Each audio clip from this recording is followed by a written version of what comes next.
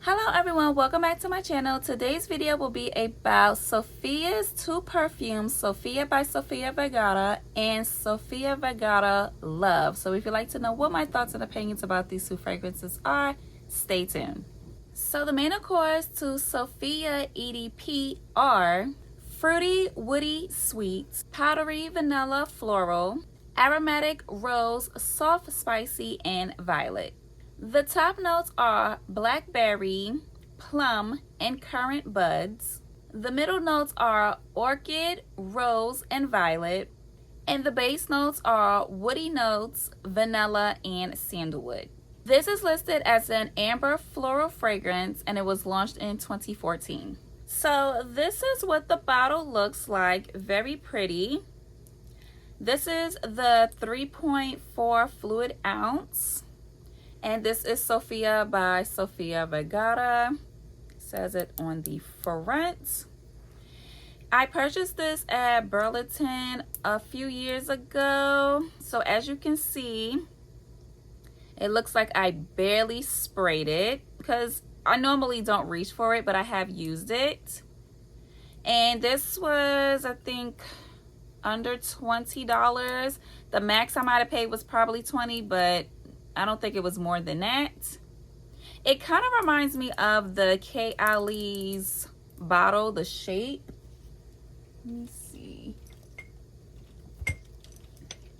So I have a fragrance here just for comparison. It does kind of look similar. So that's what they look like. So to me, this is more of like a woodsy, floral, fresh fragrance. So this fragrance is really nice, especially like right after a nice shower, or you want to go outside and run like a quick errands type of day. Even if you want to go for like a quick lunch and you don't want to wear something that's doing too much. And this is more like a toned down fragrance. This honestly you can wear year round. And you know me, like I said, wear your fragrances whenever. Don't wait for a special occasion to come because, you know, life happens and you just never know. So wear your fragrances as much as possible. To me, I don't get the rose and vanilla notes. It doesn't, I don't really get that to me. Even during the dry down, to me, I do get floral, but not rose. To me, this is more like a more grown woman scent. And it does, to me, kind of give kind of like a musky vibe. Not musty. Musky vibe. And if you're into these type of notes that I read off earlier, this honestly can be a pretty wedding day scent. This kind of remind me of, and I'm not saying that it's like a dupe or it smells exactly like, but it kind of gives me the vibe of the Sarah Jessica Parker fragrance. I forgot the name of it, and I think I have it in my collection, but if so, I'll just put a picture up. But this kind of gives me like that type of vibe. So like I said earlier, this is more of like, it's more of like the fresh type of vibe. It's not doing too much, more of a tone down. And there's a reason why I'm saying tone down, because I'm going to compare it with her other fragrance. Like I said, grown woman, you want to have like a quick lunch, don't want to do too much, or say you're going to go pick up a pretty bouquet of flowers. It doesn't have to be roses. Or you want to, you know, walk through a nice park, like a botanical garden type of vibe.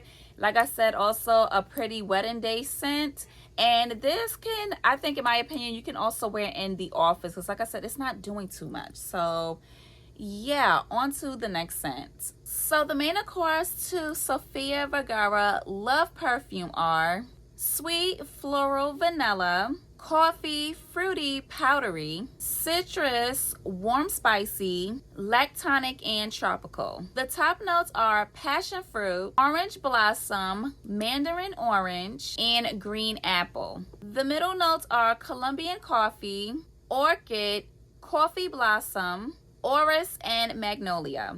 And the base notes are praline, vanilla, amberwood, and ambrette. This is a floral fruity gourmand fragrance, and it was launched in 2015. So this is also what the bottle looks like, and it is a 3.4 ounce. So they are the same size, same ounces, same shape.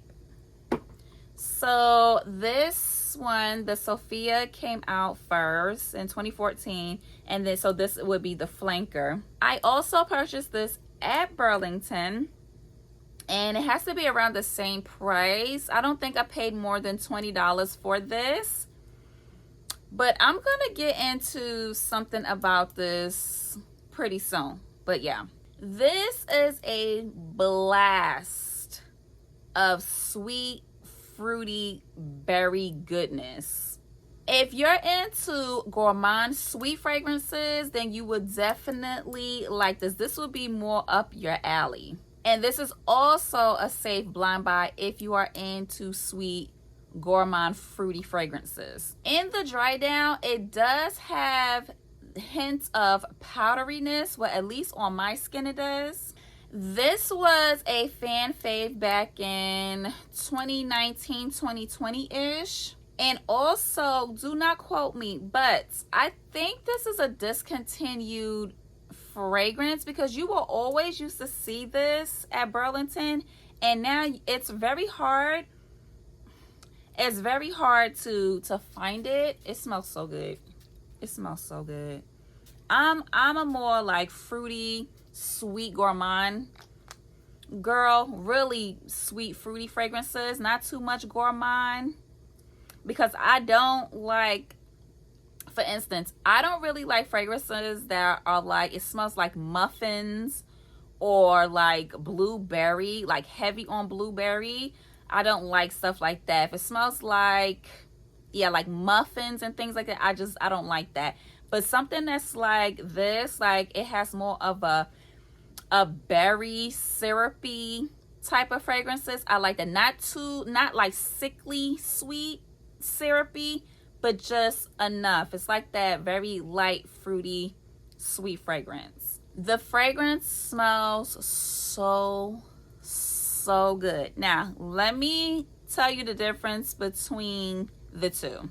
Also, in my opinion, I feel that the notes for these two fragrances need to switch. I don't know on Fragrantica if maybe they got the notes to the fragrances mixed up. I just feel like the notes should switch, because this has more like blackberry, and I think it said plum in it. No, it's more for this one. So I don't know, Fragrantica, I don't know if y'all got it confused, but the notes need to switch. So like I said, this is more like toned down, fresh, musky, woodsy type of scent. This is more sweet, berry, gourmand, fruity type. The thing about, to me, between the both of them, I don't think they last too long in my opinion. So for me, I would say a fragrance that lasts long would be something that's like a work day. So at least like 8 hours or more. Maybe 6+ hours, but really anything that's more like 8 hours or more, in my opinion, that's what I would consider something that lasts a long time, or if it has like beast mode power. But yeah, anything that's like between an hour to 4 hours, anything under 6 hours, to me it doesn't last long. And I don't think these two last that long. Even if you were to layer it and do like the perfume hack, I don't think it lasts that long. So in order for it to last that long, you will probably have to like carry it with you, or like spray it into, you know, those atomizers. Hopefully I'm saying it correctly, but in those little containers, and you bring it with you to, you know, spray and re-up throughout the day. I think that's what you would probably have to do, but in my opinion, they do not last long. So as far as longevity, they don't last long in my opinion. I would say between an hour to 4 hours. Maybe you can pull 5. The projection on these, I think that if someone is close to you, so you know, like when you first spray it and then you have that perfume bubble for that short amount of time, yeah, like people will be able to smell it on you. But after a certain amount of time, it's just gonna, the scent is going to fade away, unfortunately.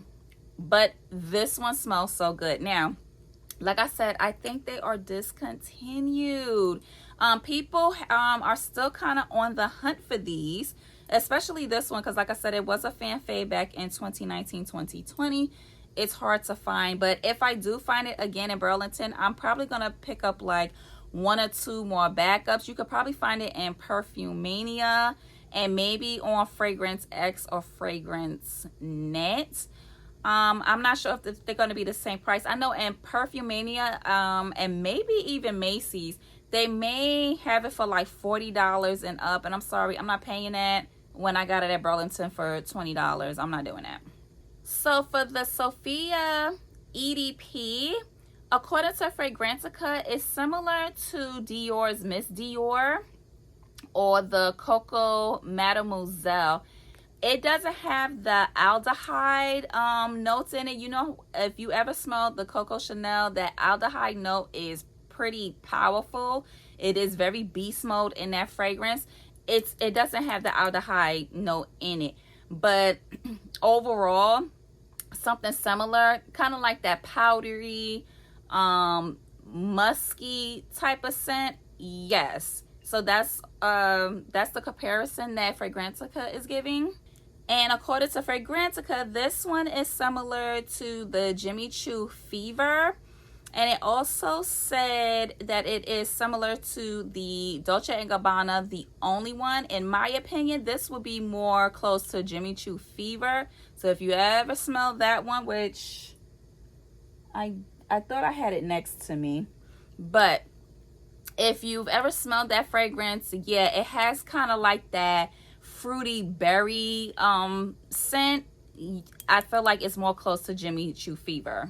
So yeah, that is it for today's video. I do not want to drag this video out too long. This would be like, if I had to choose between the two, this would be my favorite. I would reach for this more. This one, I mean, it's okay, like I said, year round, but especially during this time of the year, the spring and summertime, definitely would be your go-to if you're into more of the toned down fragrance, that fresh type of scent. This one also, I feel like it's a year-round fragrance. Very, very pretty. Smells really good. I love this one. And I might have a backup one now that I think of it. I'm not sure, but yeah, this one is my favorite. So I'm part of the fan fave for this one. So yeah, that is it for today's video. Please like, comment, share, and subscribe. Do you have any one of these fragrances? Do you prefer one of or the other? And yeah, if you see it in Burlington, grab it just to try it out. As of right now, I know Burlington, if you buy the fragrance and you don't like it, you can always return it even after you open it. Just keep your receipt. So yeah, like, comment, share, and subscribe, and I will see you in the next one. Bye.